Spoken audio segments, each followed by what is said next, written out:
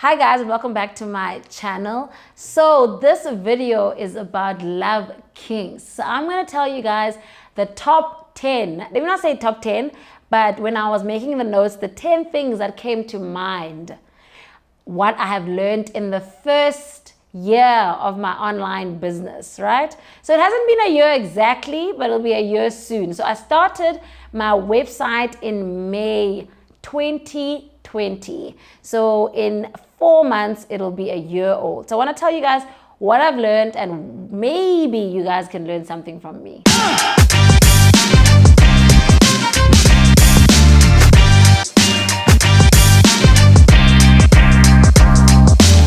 So I made notes on my phone and I'm reading from there. I don't want to miss anything. I don't want to like ramble and go over time and lose you guys halfway through the video. So yeah, so you'll see my video and my beautiful logo. I love this brand. Like, I wanted to actually do the logo on my nails, just that my nail artist doesn't have that thin thing to draw with, but she says she'll get it. So I want to do the afro-y face and the name on my one nail. So when I do that, I'll post a picture on Instagram. So this is the bigger box. I've just got it here for aesthetics. So, okay. So number 1, right? This is not in any order of importance, but I'll emphasize the points that I feel like need emphasis, okay?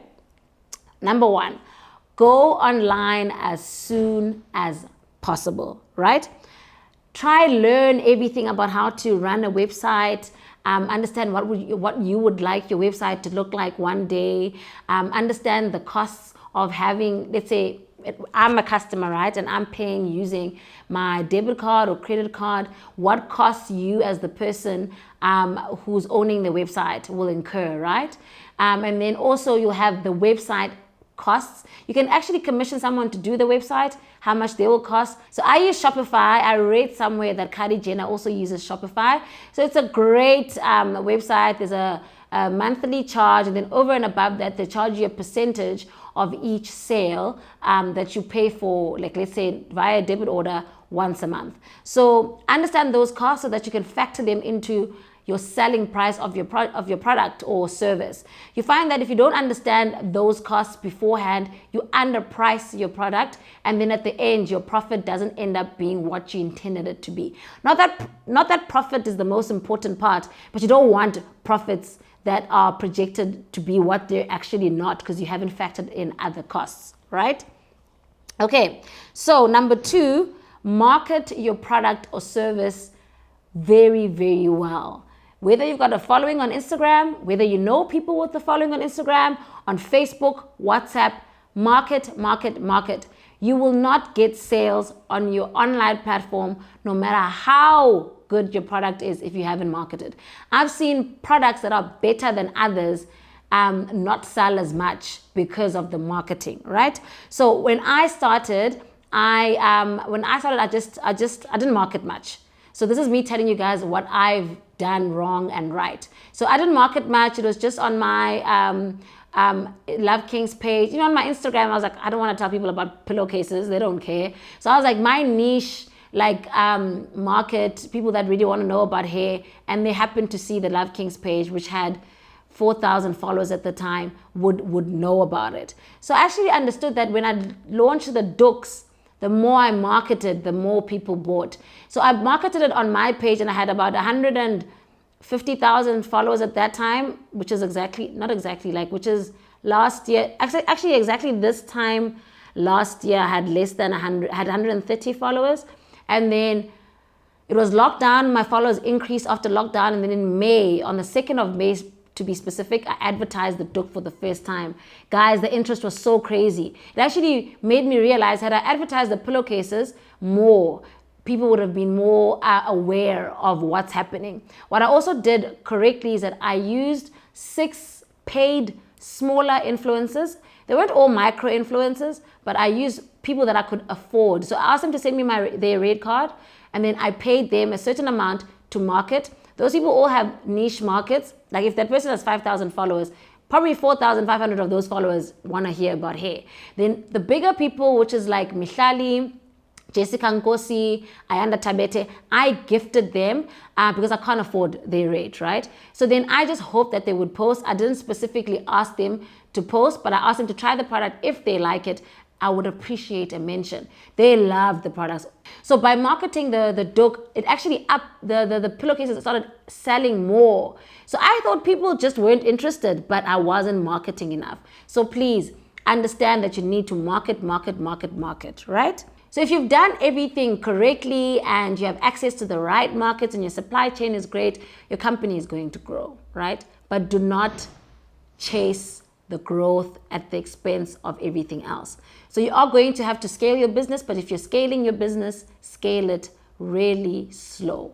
So this is, as part of this point number 3, I'm going to emphasize at the rate of upskilling that I had to do. I had to learn. I remember I slept at like 4 a.m. learning how to create a website.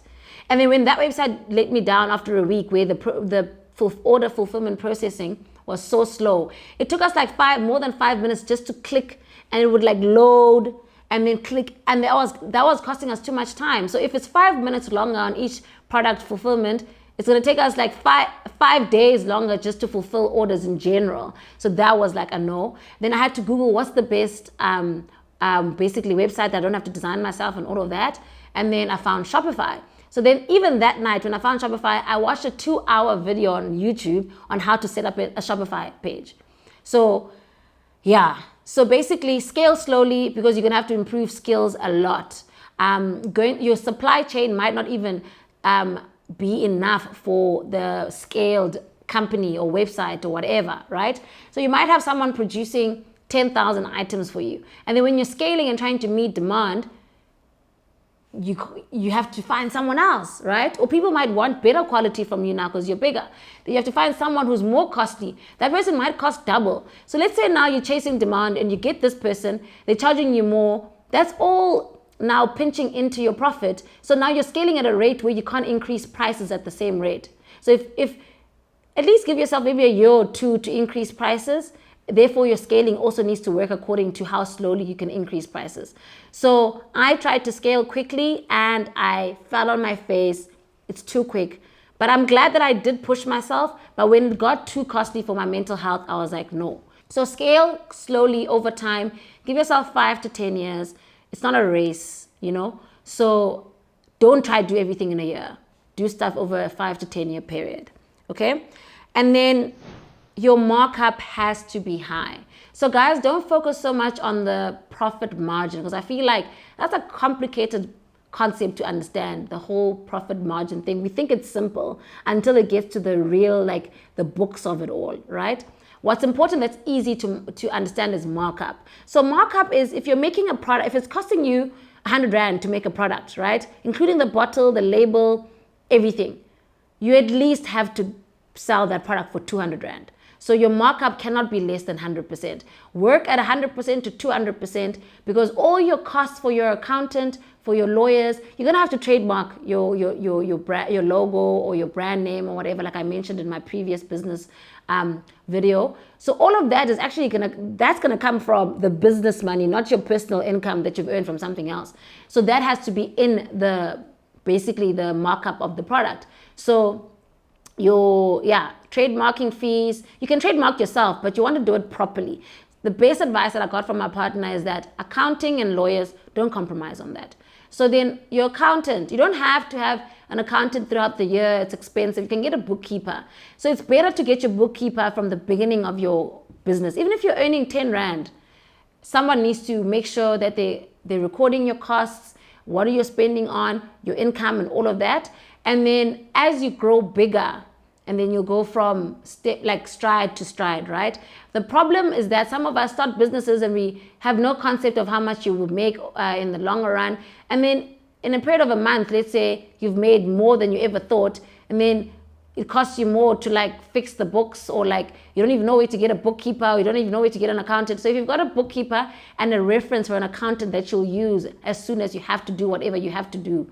So right now, if you're starting or if you just started 6 months ago, make sure that there's an accountant that you know of with the reference from someone else who has a business who's used that person, who's actually done a successful tax filing for them. get that person, get their number so that you can call them one day, or tell them that I started a business, maybe in 2 years or in a year I'll need you.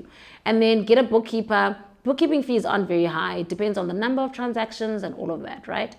So markup is very important because that's where everything that you're going to do, the salary, when you hire someone to fulfill orders or to manage your social media, salary has to come from somewhere. So that's all in the markup of the product.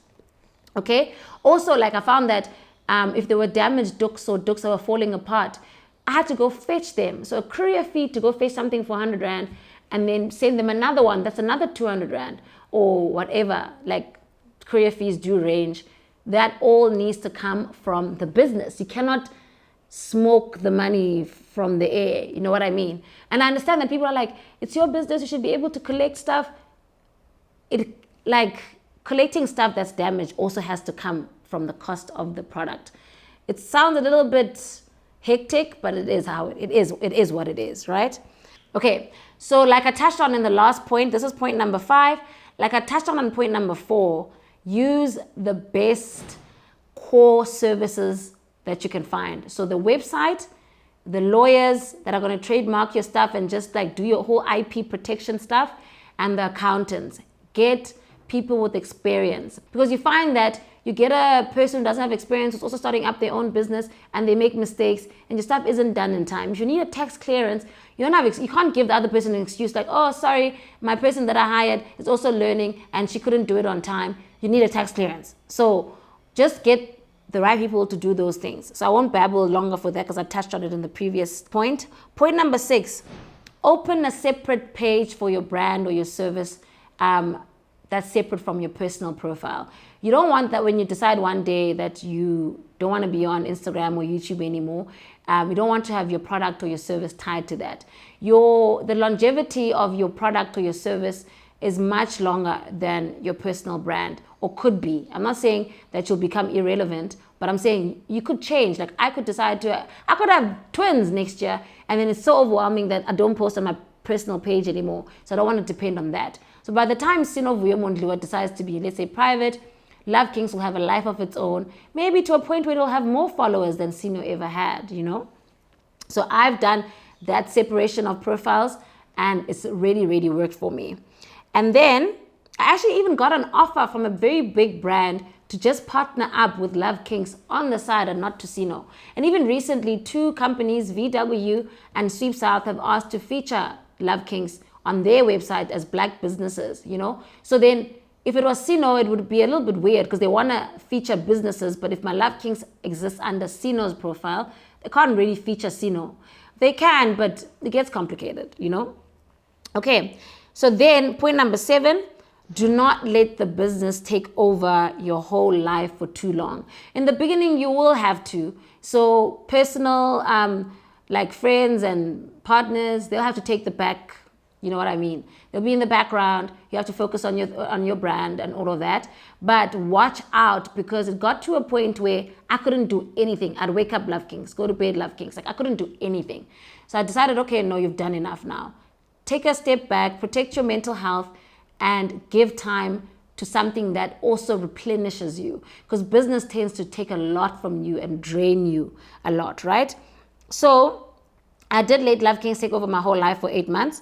And then I said, no more. So otherwise you will never have a life, okay?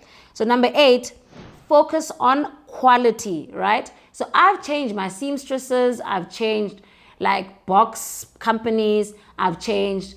And also people get complacent over time. So they'll make the first 10,000 boxes very well. And then after some time, when you're folding the box, the things are coming out or the stuff is not closing properly. When you ask them, oh, sorry, that was a bad batch, you know? So be willing, don't ever tie yourself too deeply to a supplier. Be willing to change suppliers when you need to. When love-kinks started out, I knew nothing about stitching. So I wasn't looking at stitches, you know? And then after like some time, people started saying, no, the stitching isn't perfect. And then I started noticing those things. So I had to be able to leave my previous seamstress because they were saying to me, wow, when they got this thing, they didn't know that stitches would be such a big problem. So I went to a guy who specializes more in the thread must match the material and how the stitches should look and all of that. Because even the belts weren't as strong as they are now. I had to say to him, we have to find a way to secure the straps a bit more. And he was able to work with me, and we came up with a way for the straps to be a bit more secure. The dooks were never designed for people to tie them tight, because tension is bad on the hairline. But you do find that there are people who do tie the thing quite tightly, so that messes up with the straps. So unfortunately, you cannot dictate how people must use your product. So if you find that people are using it in a way that you didn't intend, you need to also protect that. So make the straps stronger, so that if they're tying it like super tight, they're also fine. So if you're focusing on quality, it'll probably mean that you have to produce less quantities. Or if you have a service, if you're focusing on quality, you can't go to 3 different people in one day to film. For example, if you're a filming company, you can't film 3 different people's videos in one day, because you're focusing on quality. So rather focus on one client at a time, service them properly, and then do the next client the next day. And also, if you have to have your Saturdays, then do it the next Monday. Don't kill your Saturdays and your Sundays, because it does affect the overall quality. So don't focus on quantity or number of people that you're getting in. Don't focus on getting a lot of money in at the expense of quality, right? Okay, so number 9, listen to your customers, right? And do refunds or exchanges. Obviously, as a small business, I can't do exchanges as a Zara would or a Woolies would, because I don't have the overheads to cover someone saying, I changed my mind about the color. I've had that before. Unfortunately, if you've changed your mind about the color, I cannot send you a different color dook or fetch the one and give you a refund, because if I'm doing a full refund, who's covering the processing fees of when the order came in on the website and on the payment software? You know what I mean? So only do refunds when the reasoning is just, right? Is justified. So if someone says, unfortunately, the stitching is not great, the stuff is falling apart, then it makes sense. But if someone's saying, I've changed my mind about the color, then unfortunately you can't. So also just apply your mind and have good discretion when it comes to when to do refunds, but don't be totally opposed to doing refunds and exchanges, right? Number 10, listen to people who have been in the game. This has actually been the biggest contributor to the success of my business and the success of the last year. I have Nyaki this side, I have my partner this side, I have my partner's mother who's even given me advice. They've been doing this for longer than me. They're not necessarily doing the same kind of business or service, but people will tell you things that you can never learn on YouTube or Instagram. For example, the first website I ever used, I heard from Sihle. Sihle has been selling her stuff on her online platform. I then was able to go back to her and say, thank you so much. I've tried this for the first 2 weeks. I think you'd also benefit from going to this one. So it's a back and forth, an exchange of information that you need from people around you who have trial and errored the whole situation. For example, Nyaki helped me a lot with the shipping stuff. I've changed shipping partners like a lot. So at first I was at a certain brand or company, terrible service. But I thought it was fine until I realized compared to others, it's not. So she was like, no, if you're using this one, all you need is a printer and you don't have to be writing stuff the whole day in Weibles, you know? So then her telling me, the best printer I've been using, not the best, but I've been using this printer for the last 2 years. Get this printer. Imagine going to the shop, buying a printer. You don't even know what printer is perfect for printing all day. And then you get here and in a year, that printer is no longer like, okay, you've overused it, or that printer is only color or something like that, and you're only printing black and white. Someone who's been doing it for a year will tell you better what printer to buy, right?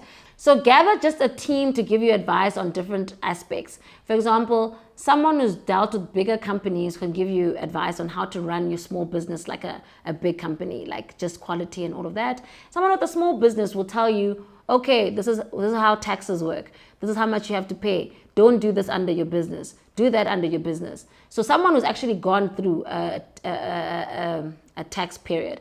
People don't even know that the money that you earn from YouTube has to get taxed. You have to, everything that you earn, you know what I mean? So I feel like a lot of people just get by. People don't do their tax returns, especially in this non-9-to-5 environment. So if you have a business, make sure that all of that stuff is always in check. Ask from people that have been doing it.